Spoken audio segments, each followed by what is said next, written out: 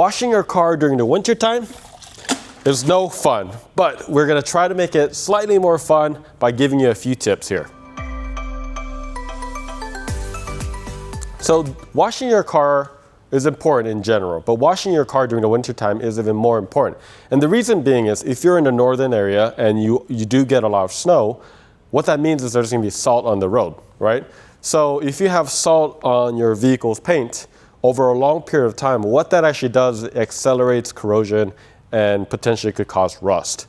And that's not good. So the best way to prevent all that is to actually keep your car clean. And I don't mean to do this every day or anything like that, because that is highly unrealistic for me or anybody to expect from you.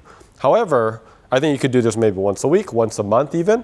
So we're gonna give you a couple solutions that we think could help you in terms of keeping your car clean. So the solution number one that we're gonna talk about, it is waterless car wash. And I love this method. And the reason why I love this method, it is so much easier, especially if you're on the go, you like a clean car, you don't like the salt stains and all that stuff. This is such an easy way to keep clean. You can keep it in your car, in the back of your trunk. And then when you have, I don't know, 5 minutes here and there, you're charging, that's actually a really good time to clean. So this is how it works. It's mostly, it's kind of funny that's waterless because there's obviously water inside this thing.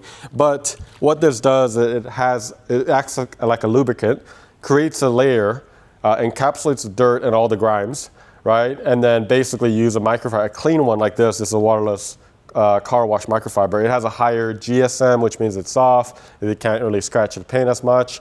And then basically you wipe it on the clean side and then you flip the microfiber and then you do it again. I've seen people do this to the whole car.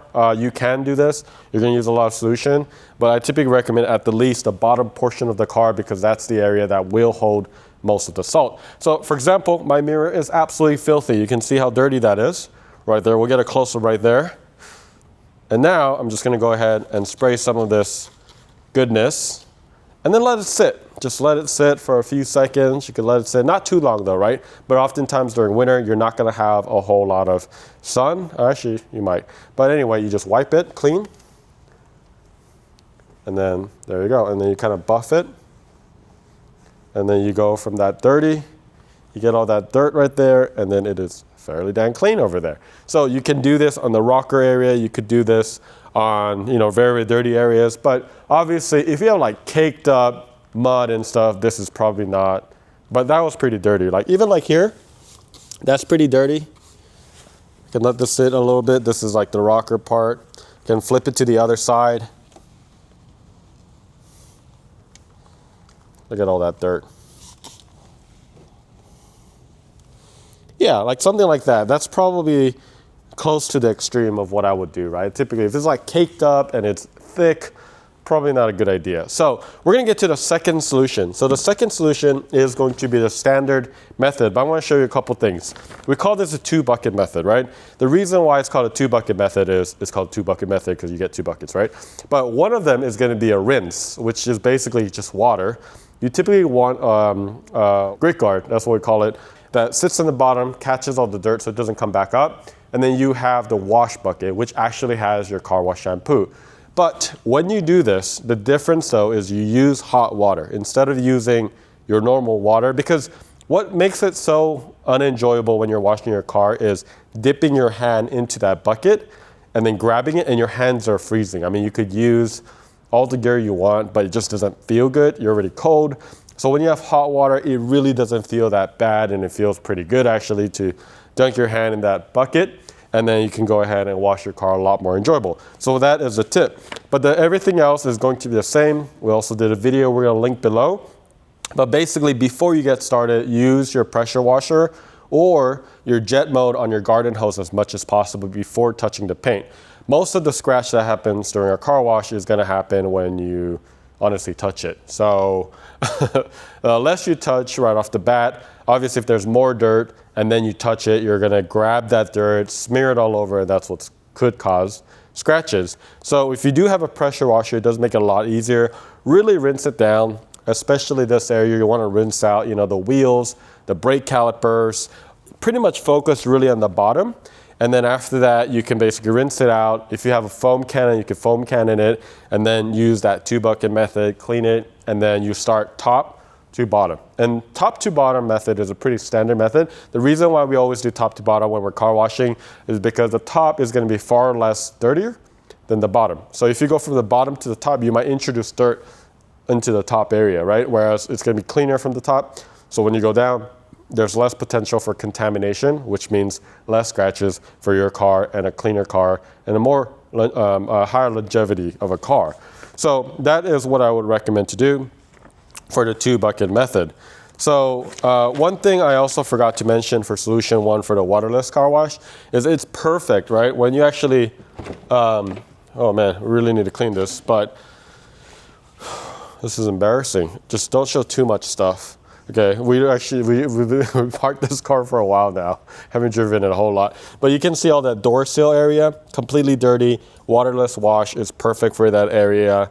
And then you could kind of do the same thing that I showed you, right? So when you use hot water, right, the other function that it does is it's hot water. So actually loosens some of the, caked up stuff, right? So hot water is actually really good. If you have a hose and you have access to a hot water in your garage, even better. But most people won't have hot water in their garage or their spigot outside, right? So I just want to be mindful of that. After you're done, of course, you can't forget about drying your car. Depending on where you are, it might be incredibly cold. So you want to get to drying really quick. But typically, we just kind of do this. This is a giant drying towel, and we just glide it across. And this is so big and so fluffy and absorbent that it will catch all of it in here. You could wring it here and there, and then you should be able to dry this whole thing out. So that is solution number 2. So number 3 is going to be PPF the car before winter, not during the winter. I guess you could do it during the winter. Some states have winter a lot longer than our state, like Tennessee.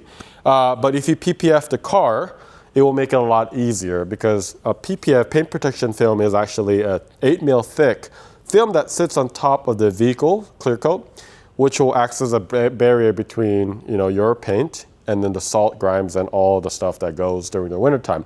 So if you have paint protection film, we typically recommend at least the front, which is like the fender, hood, all the lights, the bumper, and then the rocker, which is like right below the doors, the bottom rocker, leading up all the way where it meets the quarter panel. This is typically what we recommend in terms of basic protection for your car.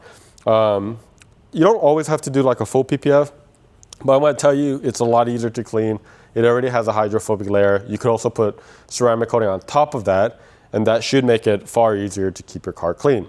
You could use ceramic coating, and some people ask us that, would it protect it from all the winter? The only thing about ceramic coating is, it's a coating, right? So it's not like a film that sits on top. So it's nano, it's so thin that it's gonna eat it away, especially in a super wintry area, right? So we typically recommend PPF over ceramic coating. Lastly, one other thing I wanna mention is your cameras. Your cameras are so important on a Tesla. So we recommend using a glass cleaner kind of spray, and that was a big spray, and then just kind of gently, you don't have to go hard. And then just make sure your cameras are clean. Honestly, before every drive, if you do use FSD a lot, of course you got, one right here as well.